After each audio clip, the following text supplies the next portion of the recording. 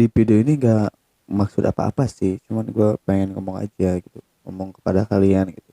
Pernah gak sih lu nemu bokap itu ngentot banget gitu, punya sikap itu emang bener-bener goblok.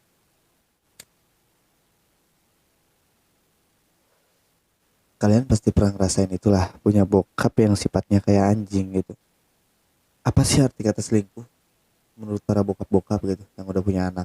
Gue sebenarnya gue nggak habis pikir sih dengan kata-kata itu gitu. Apa yang mau, apa gitu, apa ya namanya, di hidup itu apa sih yang mau diinginkan gitu. Kalau udah punya anak, gue mikirnya ya udah, itu anak gue have fun dengan istri gue. So pertanyaan gue, kenapa harus selingkuh? Goblok yang kayak gitu tuh anjing. Imbasnya apa? Kena anak. Buat bokap-bokap pasti, nggak buat bokap-bokap juga sih, buat anak-anak yang ngerasain kayak gue gitu, pribadi sendiri. Apa ya istilahnya, broken heart, apa ya, bukan Bang. Broken home gitu, yang udah ngerasain kayak gitu pasti dia itu terpukul banget, tau gak? Apalagi gua cuy, gua itu ditinggal sama bokap itu waktu umur gua itu 2 tahun.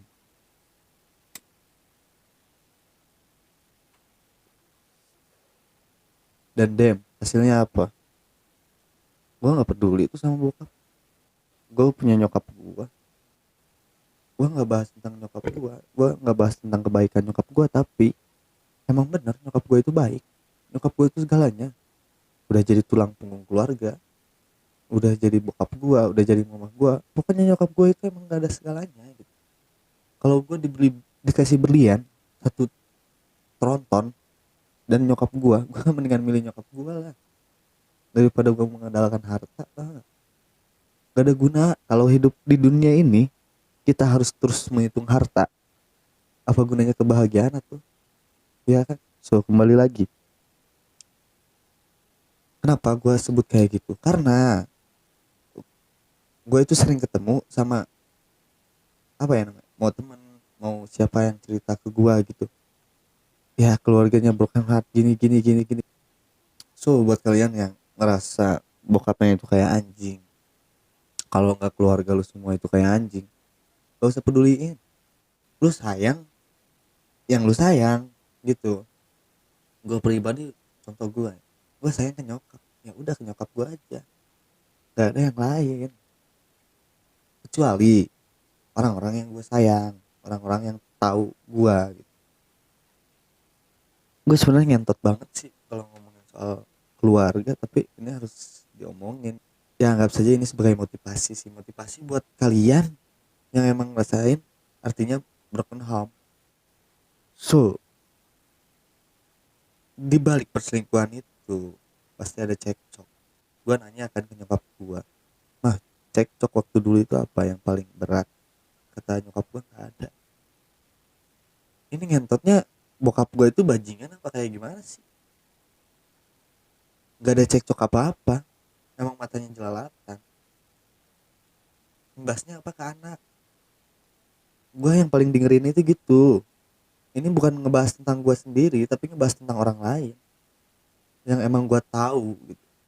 Dan kalau mempunyai, apalagi kalau mempunyai anak cowok, itu resikonya bisa tinggi sih. Enggak sih, kalau menurut punya anak tinggian itu cewek. Cewek itu kalau udah benar-benar sakit hati, dia ingat sesuatu, pasti dia melakukan hal yang emang gak wajar, yang di luar otak cowok. Paling otak cowok kalau ditinggalin sama bokap gitu paling bacotnya doang, anjing ini itulah. So mungkin mabok-mabokan, udah gitu doang buat ngilangin stres, tahu sendiri lah. Tapi kalau cewek, imbasnya gede men. Dia itu nggak mikir siapa-siapa, mau dia punya berlian di tubuh dia berikan kepada siapapun yang membuat dia itu nyaman. Jadi please, ini sebenarnya bukan konten apa-apa sih, gue cuma mau ngomong aja buat orang tua yang mikir gitu.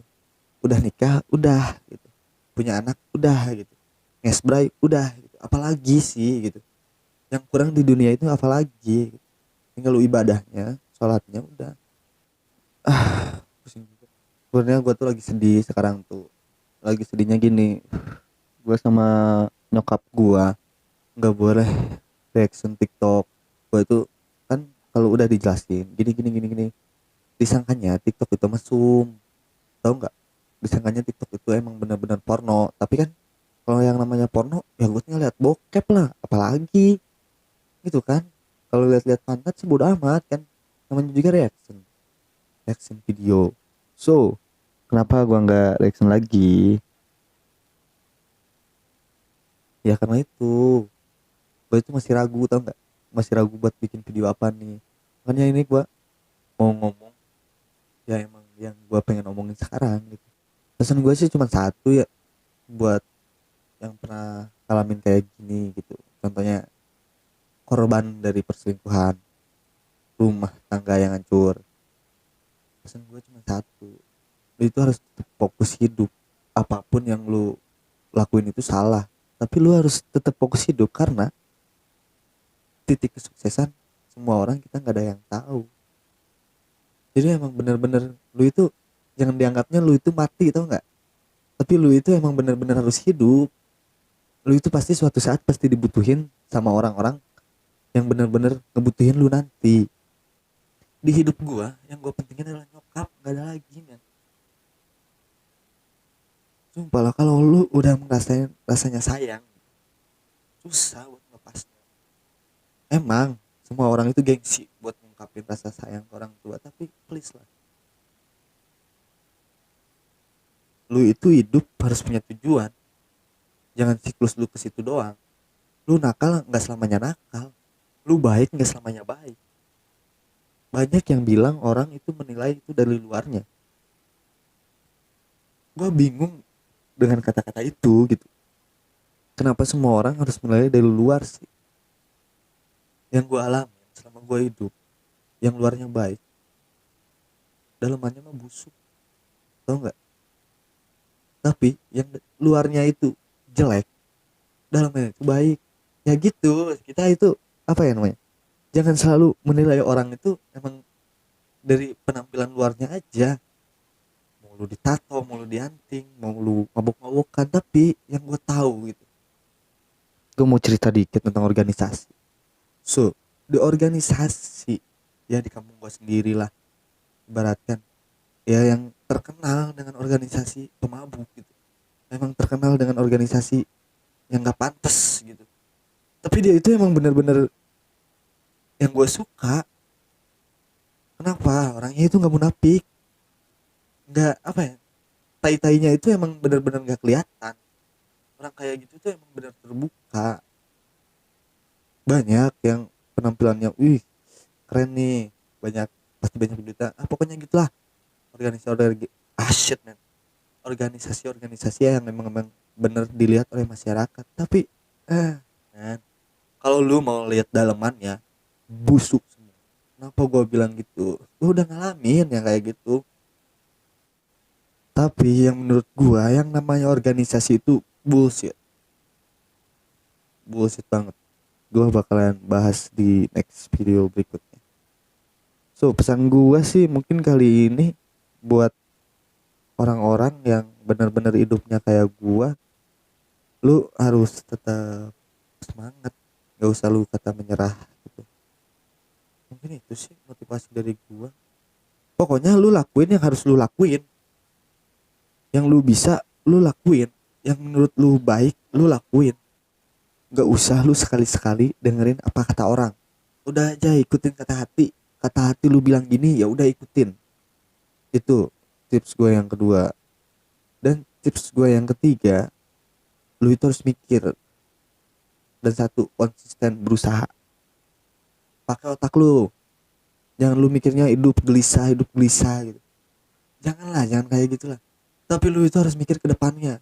Lu itu harus kayak gimana, lu tuh harus kayak gimana. Jangan sampai nanti lu punya keluarga yang kayak keluarga lu. Gitu loh maksud gua. Pasti lu juga bakalan paham sendiri apa yang gue jelasin sekarang. Ya mungkin segitu saja sih motivasi gue tentang bokap ini, cuma mau ngomong doang sih, nggak ada pentingnya juga. Terserah mau lu dengerin mau lu enggak. So video berikutnya gue bakalan upload organisasi itu bullshit. Thank you. Peace. an icon, man. And my girl about